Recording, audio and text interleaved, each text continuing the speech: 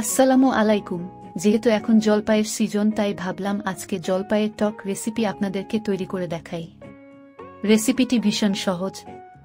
আশা করি পুরো ভিডিওটি আমাদের সাথে থাকবেন। প্রথম প্যানে পরিমাণ মতো তেল দিয়ে দিলাম। তেল গরম হয়ে এলে হলুদ এবং লবণ মাখানো গুঁড়া মাছগুলো ভেজে নিব।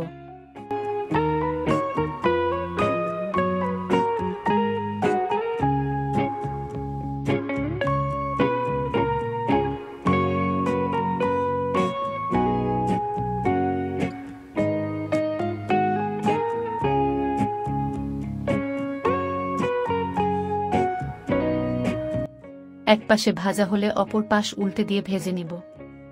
মাছগুলো কড়া করে ভাজবো না, হালকা করে ভেজে নিব। মাছ ভাজা হয়ে গেলে একটা বাটিতে তুলে নিব।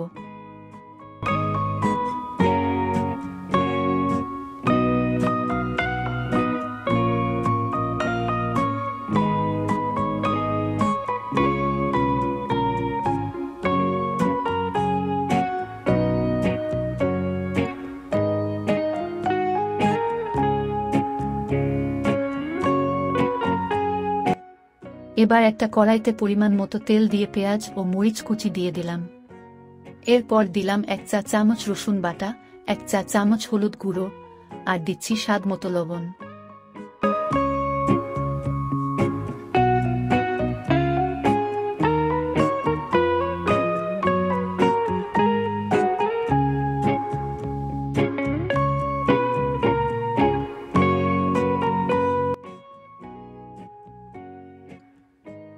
মশলা ভালো করে কষিয়ে এর মধ্যে দিয়ে দিব আলু। এখানে আমি 2-3 আলু এইভাবে লম্বা করে কেটে ধুয়ে নিয়েছি। মশলার সাথে আলু ভালো করে কষিয়ে নিব। আলু কষানো হয়ে গেলে এর মধ্যে আধা কাপ পানি দিয়ে দিব। একটু নেড়ে ঢাকনা দিয়ে ঢেকে দিব যেন আলু তাড়াতাড়ি সিদ্ধ হয়।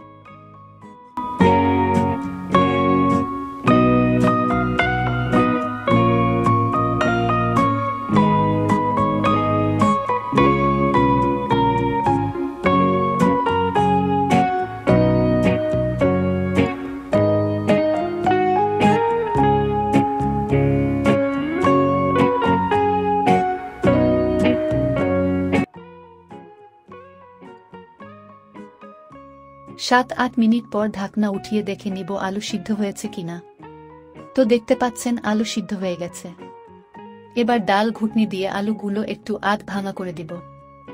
এতে টক একটু ঘন হবে আর খেতেও ভালো লাগবে।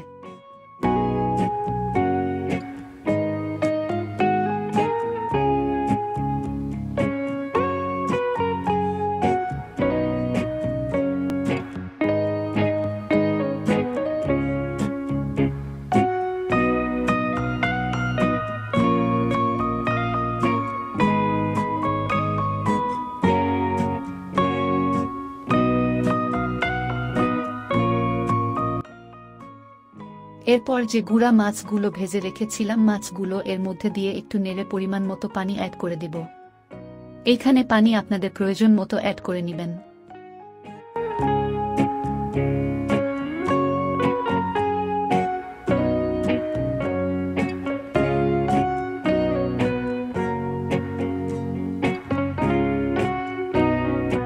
এরপর দিয়ে দিব 4টা জলপাই। যেহেতু টক রান্না করছি, জলপাই ছাড়া তো হবে না। আপনারা চাইলে আরও 1-2টা জলপাই বাড়িয়ে দিতে পারেন।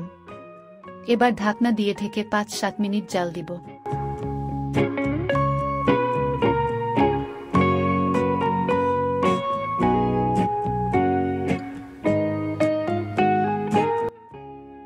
পাঁচ 7 মিনিট পর ঢাকনা উঠিয়ে জলপাইগুলো একটা বাটিতে তুলে নিব। চামচ দিয়ে হালকা করে একটু থেতলে নিব। আমি যে পদ্ধতি দেখাচ্ছি এটা আপনারা চাইলে করতে পারেন, না করলেও কোনো সমস্যা নাই। আপনারা চাইলে আস্ত জলপাই রাখতে পারেন। তবে আমি এইভাবে থেতলে নিয়েছি কারণ জলপাই পুরোপুরি যেন তরকারির সাথে মিশে যায়। এবার জলপাইগুলো দিয়ে একটু নেড়ে দিব।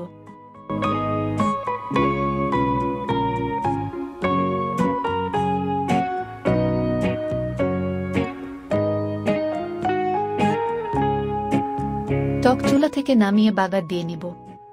পেঁয়াজ ও রসুন কুচি দিয়ে দিয়েছি। হালকা ব্রাউন কালার হলে নামিয়ে টকের মধ্যে ঢেলে দিব। টক 2-3 মিনিট চুলায় রেখে একটু ফুটে উঠলে চুলা থেকে নামিয়ে নিব। মজাদার জলপাই টক রেসিপি তৈরি। জলপাই দিয়ে মজাদার একটা রেসিপি আপনাদের সাথে শেয়ার করলাম। কি রেসিপিটি ভালো লেগেছে তো?